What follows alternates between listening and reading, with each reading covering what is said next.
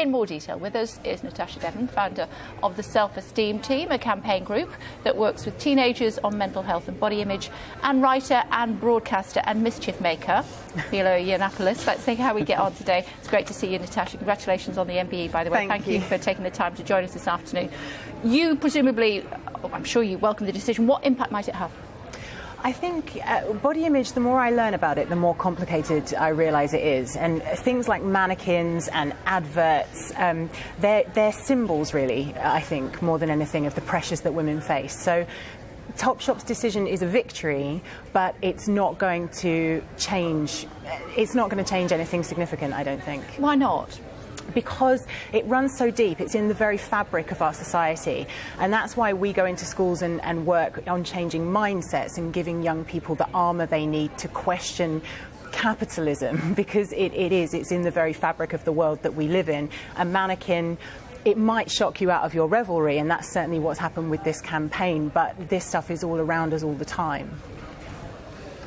Well, it's extraordinary, isn't it, to hear about, you know, the fact that there's apparently a problem with women worrying about being too thin. That's, of course, not the problem. The problem is that everyone's getting too fat. And actually, there's no evidence, really, that any of this stuff has much of an impact. A lot of the science is very fuzzy on this. It's social science stuff rather than any real sort of reports or anything. I mean, what worries me about all of this kind of stuff is the implication that somehow we're going to make people's lives happier or better by encouraging them to believe that whatever body shape they are and whatever they look like, they're beautiful and they're going to be happy. That's evident. That's quite clearly not the case. I mean, if you look at women's happiness has been going down since the Second World War, actually. Every decade, but women are getting more miserable as they get told that they can be who they want and look how they like. And you can say, I suppose, that a woman's self-esteem should have nothing to do with whether or not a man's sexual preference, you know, sort of coincides with how she looks. But the fact is, women are getting more unhappy, and this sort of slightly irresponsible trend to sort of encourage people to eat whatever they want and do whatever they want is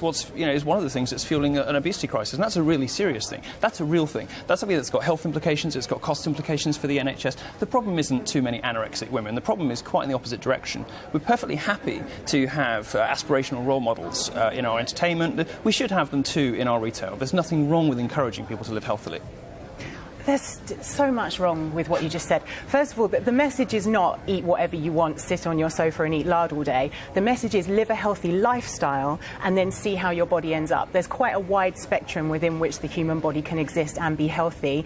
Human beings come in lots of different shapes and sizes, and that should be reflected in retail, because after all, it's us that's spending our money on those clothes. There's also evidence to show that our thin worshipping culture is actually what's fueling the obesity crisis, that it makes people feel shameful, that it makes people eat more, it makes people feel excluded from the world of health. I was recently in Copenhagen, a place where they are obsessed with health in a very positive way, and the mannequins, I noticed, were a little larger. So why not allow people the freedom to see themselves reflected in shop windows?